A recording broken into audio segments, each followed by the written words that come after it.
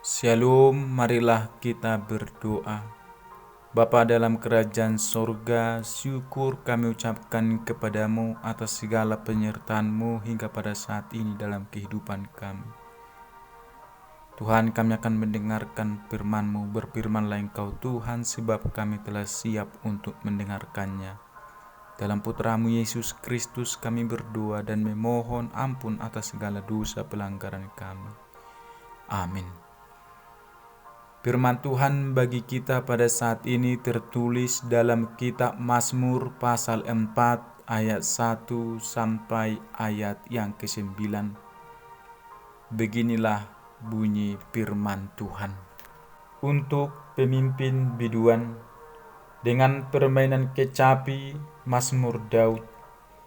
Apabila aku berseru, jawablah aku, ya Allah yang membenarkan aku.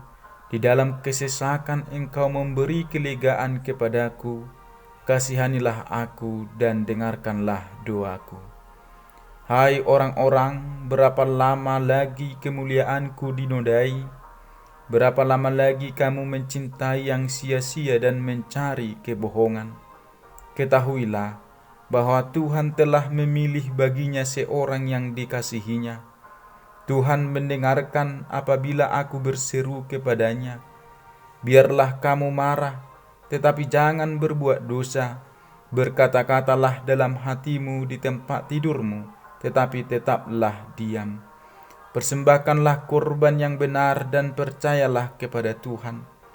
Banyak orang berkata, siapa yang akan memperlihatkan yang baik kepada kita?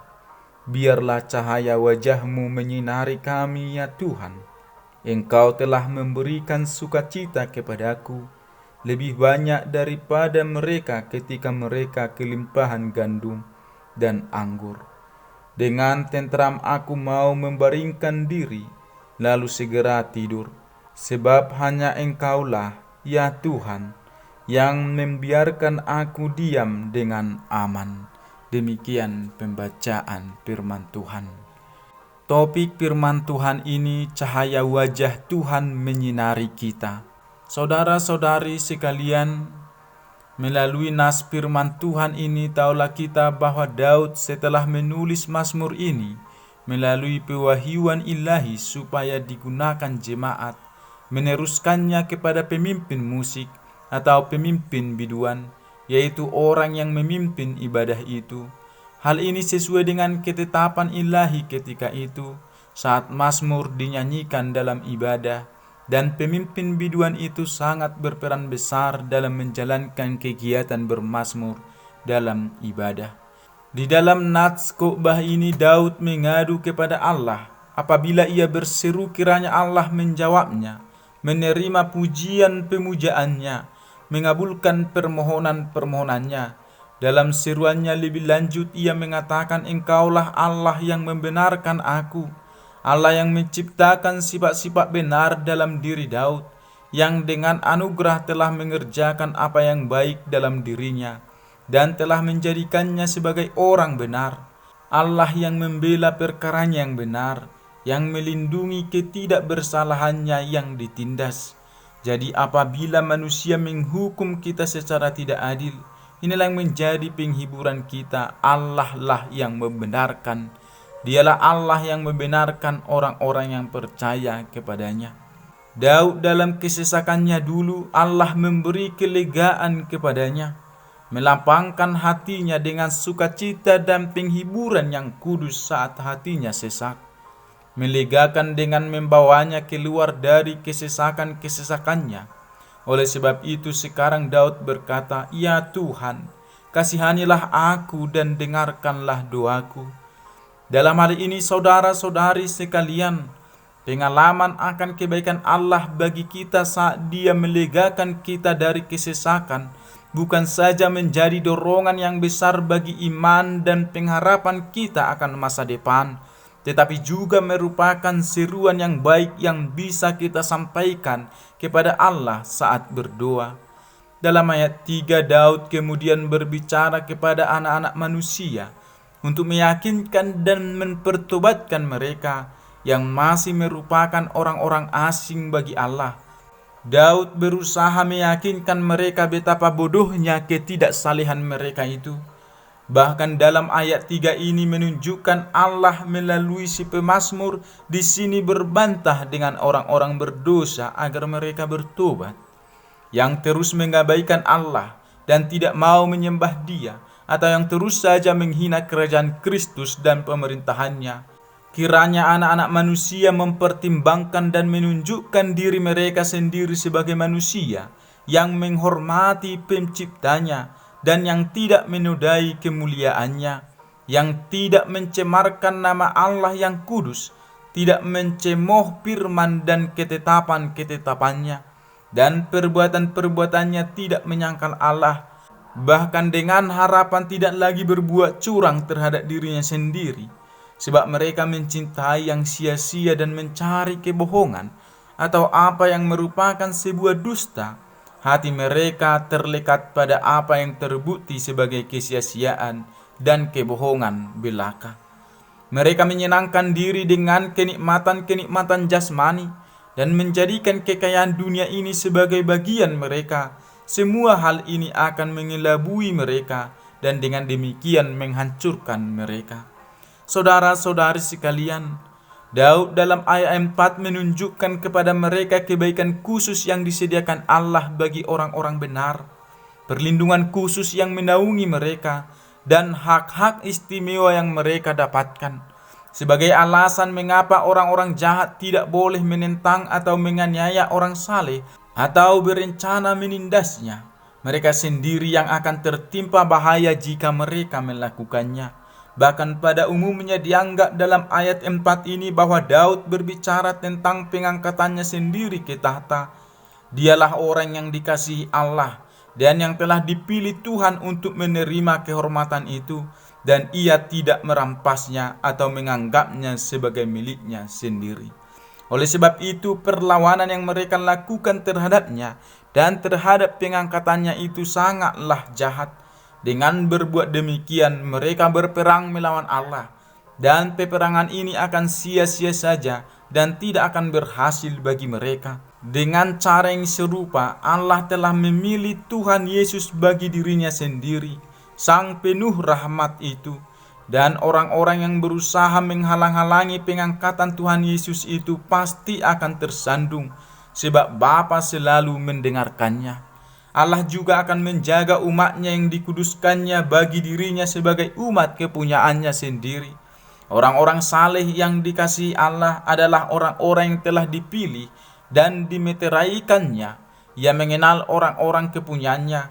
Tuhan akan mendengarkan apabila kita berseru kepadanya. Kita pasti menganggap diri kita berbahagia jika kita boleh didengar dengan sedemikian mudahnya oleh Raja segala raja.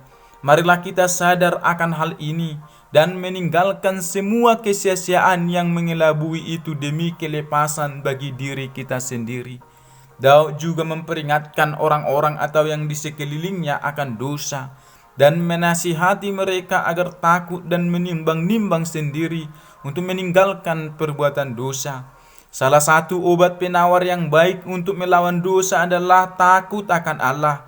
Sebuah sarana yang baik untuk menghindari dosa dan menjaga agar rasa takut yang kudus selalu ada pada kita adalah sering-sering dan sungguh-sungguh berkata-kata dalam hati. Selidikilah hatimu dengan sungguh-sungguh merenung diri, supaya engkau bisa mengenalnya secara dekat dan memperbaiki apa yang salah di dalamnya. Ajaklah ia untuk merenungkan perkara-perkara yang saleh dan hikmat. Biarlah pikiran-pikiranmu terpatri pada apa yang baik dan melekatlah kepadanya. Pertimbangkanlah jalan-jalanmu dan perhatikanlah petunjuk-petunjuk yang diberikan di sini untuk menuntun engkau mencapai tujuan yang baik. Pilihlah waktu untuk menyendiri. Lakukanlah itu apabila engkau berbaring di tempat tidurmu, sebelum engkau bersiap-siap tidur di malam hari.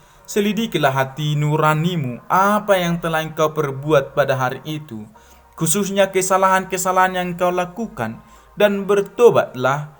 Renungkanlah tentang Allah dan perkara-perkara yang mendatangkan damai sejahtera bagimu. Bersikaplah sungguh-sungguh, diamlah, Apabila engkau sudah bertanya kepada hati nurani, diamlah dan tunggulah jawabannya. Bahkan pada saat-saat yang meresahkan, jagalah rohmu agar tetap tenang dan diam. Daud juga menasihati mereka untuk menjalankan kewajiban mereka secara sadar berdasarkan hati nurani. Persembahkanlah korban yang benar kepada Tuhan. Kita bukan saja harus berhenti berbuat jahat, tetapi juga harus belajar berbuat baik. Orang-orang yang membenci Daud dan pemerintahannya akan segera bersikap lebih baik dan kembali setia kepadanya jika saja mereka mau percaya dan mau menyembah Allah dengan benar. Demikian pula mereka yang tahu persoalan apa yang terdapat antara mereka dan Allah pasti akan senang menyambut kedatangan sang pengantara anak Daud. Dalam ayat 7 kita mendapati angan-angan bodoh orang-orang duniawi. Banyak orang berkata, siapa yang akan memperlihatkan yang baik kepada kita? Siapa yang akan membuat kita melihat yang baik? Secara tersirat, kebaikan apa yang mereka maksudkan adalah kelimpahan gandum dan anggur. Yang mereka dambakan hanyalah kelimpahan kekayaan dunia ini, agar mereka dapat menikmati kesenangan-kesenangan jasmani dengan berlimpah. Sejauh ini mereka benar bahwa mereka menginginkan apa yang baik dan mendamba-dambakannya. Namun ada yang salah dalam keinginan mereka itu. Mereka bertanya, siapa yang akan membuat kami berbahagia?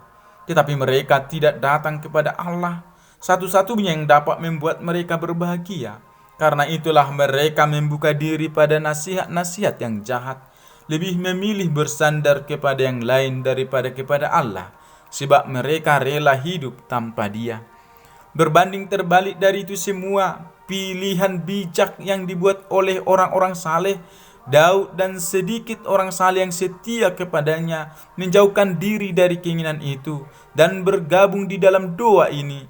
Biarlah cahaya wajahmu menyinari kami, ya Tuhan. Inilah yang paling mereka inginkan dan cari-cari dengan sungguh-sungguh. Inilah napas jiwa mereka. Biarlah cahaya wajahmu menyinari kami, ya Tuhan. Banyak orang mencari hal-hal lain, tetapi mereka mencari yang demikian.